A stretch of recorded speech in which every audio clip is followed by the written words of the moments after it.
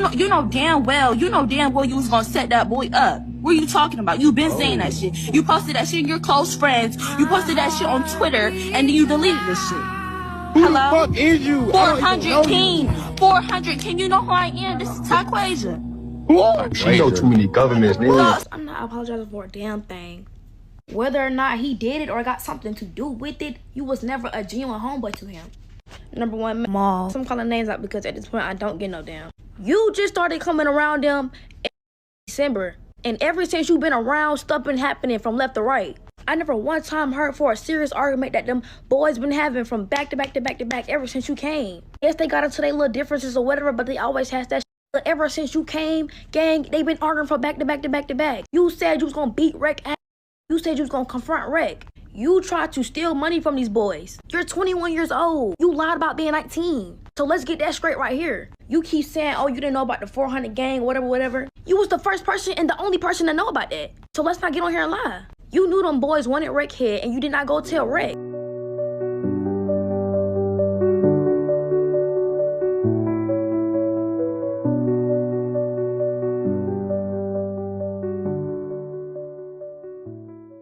He walked out of a Target store on a Tuesday afternoon, and the world just swallowed him whole. No dramatic last words. Just a 20-year-old young man stepping through those automatic glass doors into the Georgia sun. And then nothing. Like someone pressed delete on a human being. And here's the part that should make you stop whatever you're doing right now. His twin sister noticed first. Not his mother. Not his friends. His twin. The person who shared a womb with him. The person who, if you believe in anything spiritual at all, is connected to him in a way most of us will never understand. And when she said, "Mom, I haven't spoken to Derek," that wasn't a complaint. That was an alarm going off in her bones. Derek Samuel. East Point, Georgia. April 29, 2026. By the time most of the world heard his name, weeks had already passed. And by the time his body was found in the woods behind an apartment complex less than a mile from that target, the questions weren't getting smaller. They were multiplying. Before we go any further, if you're watching this right now, if you clicked on this video because something in you needed to know the truth about Derek Samuel, please take 3 seconds and subscribe to 3 AM Files. Hit that bell. Turn on every notification. Because Derek's family is still demanding justice. And the least we can do is make sure his story doesn't get buried the same way his answers keep getting buried. Like this video. Share it. Because silence is exactly what someone out there is counting on. Now let's go back to the beginning. Derek Samuel was not a complicated young man in the way troubled people sometimes get described after something bad happens to them. His mother, Nishi Samuel, described him the way you describe someone who lit up a room just by entering it. Goofy, happy, never really sad, always making people laugh. He dreamed of starting his own clothing line. He loved gaming. He loved his people. His friends called him Rec. He had a twin sister. Think about that relationship for a moment, not just as a sibling bond, but as something almost telepathic. Twins often describe knowing when something is wrong with the other person before anyone else does. She knew, and what she knew terrified their mother. On April 29th, Derek went to Target at Camp Creek Marketplace in East Point with 2 friends. It was a regular outing, the kind every 20-year-old makes 100 times. The store was roughly 10 minutes from his grandmother's house. Familiar territory. Safe territory. Or so everyone thought. At some point inside that Target, the group separated. His friends left to go to a girl's house. Derek stayed behind. And that decision, that completely ordinary, completely unremarkable decision to hang back, became the last documented choice anyone can fully account for. He walked out of Target. Surveillance cameras caught it. He headed down the sidewalk toward Commerce Drive. And then the footage just ends. He never made it to his grandmother's house. He never called. He never texted. He was simply gone. Here's where things start to get uncomfortable. Because when a 20-year-old disappears in America, especially a young black man, the clock on public attention is already shorter than it should be. But what made Derek Samuel's case unusual? What made it detonate on social media before the police had even organized a proper search, was what started appearing online almost immediately after he went missing. Posts. Detailed posts. Posts that didn't read like speculation. Family members saw them. They saw phrases like "Long live Reek," Reek being Derek's nickname. They heard rumors, specific ones, that someone had shot him. His cousin Tamika Ford said something that should stop you cold. It's detailed information, but some of it may not be a lie. Read that again. Not someone is making things up. Not people are being dramatic online. She said some of it may not be a lie. His Aunt Trinity Hall Baker asked the question that the whole family was really asking. Where were the people posting this getting their information?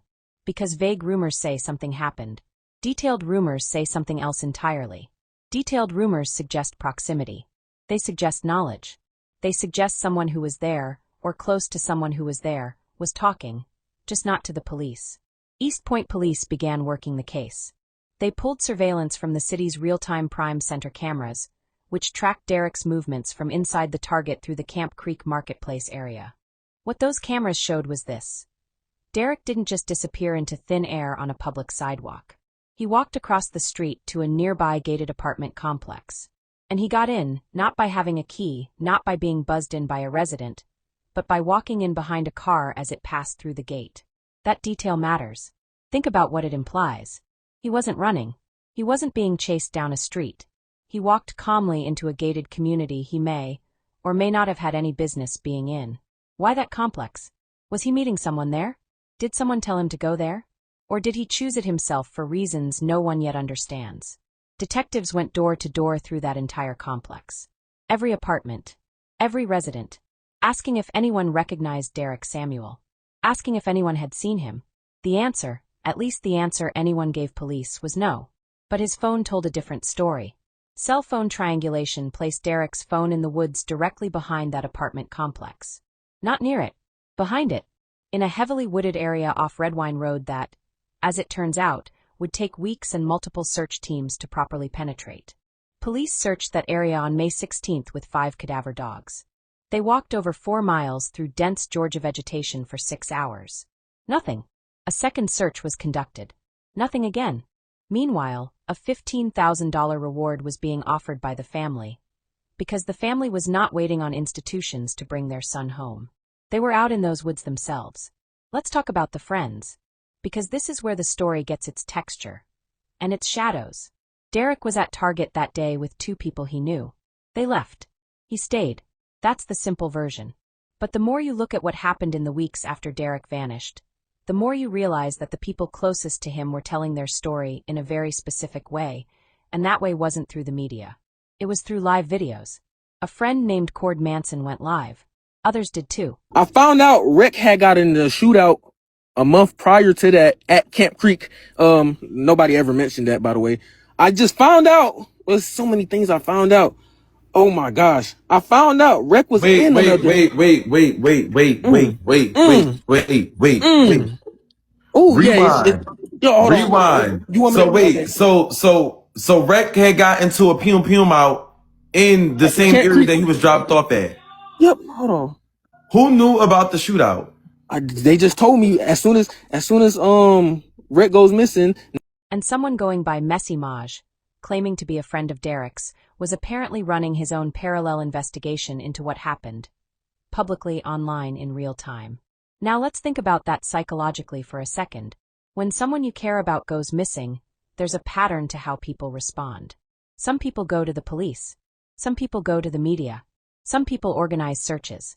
What's unusual, what creates friction in the mind, is when people closest to a missing person choose to address the public through live streams instead of sitting down with detectives or cameras. It doesn't mean guilt, but it does raise questions about what those people feel they can and cannot say. Cord Manson himself addressed this tension. He posted, "The convo we had the day before you went missing gone stay with me forever. I just want the truth to unfold. All the fake detectives and people going live daily using your name for clout, but not helping is weird. Not clearing nothing up with the media because I know the truth always come to light. Sit with that. Not clearing nothing up with the media. He's actively acknowledging that he isn't talking to reporters. And he's saying he knows the truth will come out, which implies he believes he already knows something about that truth, or at least that there's a truth to come out in the first place. What was the conversation he had with Derek the day before he disappeared? What did they talk about? What was Derek's state of mind? These are not accusations, they are open doors that nobody has walked through publicly yet. And beneath all of this, there's a family in genuine agony. Nishi Samuel searching those same woods her son's phone signal was coming from. His aunt saying she had a sad feeling in her heart all day, the day the body was found, that something in her spirit told her Derek was gone before anyone confirmed it. His grandmother devastated. His twin sister, who sounded the alarm before anyone else, now living with whatever she carries from that. This family did not wait for the system to work. They organized their own searches. They offered $15,000 of their own money. They showed up every weekend in the heat in the Georgia woods, looking for their child. On May 31, 2026, a K-9 unit named Yeager and his handler Jim Lopez, working with Georgia Emergency Search and Rescue alongside East Point detectives, went back into those woods one final time. After 3 hours of searching, they found human remains in the wooded area behind the reserve at Red Wine Apartments. The family confirmed it was Derek. And then East Point Police Chief Sean Buchanan stood in front of cameras and said something that ignited a firestorm. At this point, we do not suspect any foul play. He said it twice, directly, almost pointedly, as if the repetition itself was meant to close a door the public had been keeping open with both hands. Here is what was found near Derek's remains: his cell phone, a handgun, and a single shell casing. The chief stopped short of calling it a suicide. He did not explain the gun. He did not explain how a 20-year-old who showed no signs of distress on surveillance cameras, who didn't appear upset or afraid when he parted from his friends, ended up alone, dead, in the woods behind a gated apartment complex with a gun next to him that his family says he didn't own. He said the terrain made Derek difficult to find. He said rain hampered the search. He said investigators followed numerous tips. He said pointedly, "We did not sit on our hands."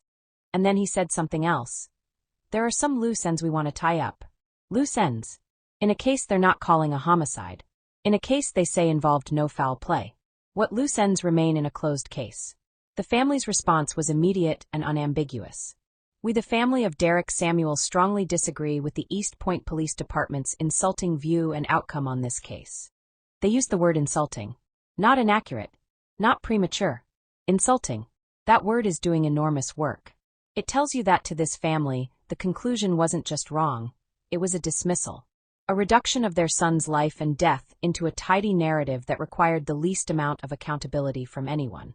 East Point Mayor Keisha Chapman, who appeared alongside the chief, urged the public to be mindful of what they share online. Which is an interesting thing to say at a press conference about a dead 20-year-old. Not, "We will pursue every lead." Not, "We hear the community's concerns." Be mindful of what you share online. Whose comfort is that instruction protecting? Let's stand inside this case for a moment and really look at what we know and what we don't. Derek Samuel walked out of a Target store and into a gated apartment complex he likely had no residence in, behind a moving car, without anyone on the other side apparently seeing him. His phone immediately went dark in the woods. Not down the street. Not across the city. In the woods directly adjacent to where he entered. Weeks of searches with cadaver dogs found nothing. The terrain was brutal, the vegetation dense, but his phone had been pinging from that location the entire time. That means his body was there, in the approximate area law enforcement was looking, and they couldn't find him for over a month. When he was finally found, a gun and a shell casing were beside him. And the conclusion offered to his family and to the public was, no foul play. Now here's what I want you to sit with, as a thinking person.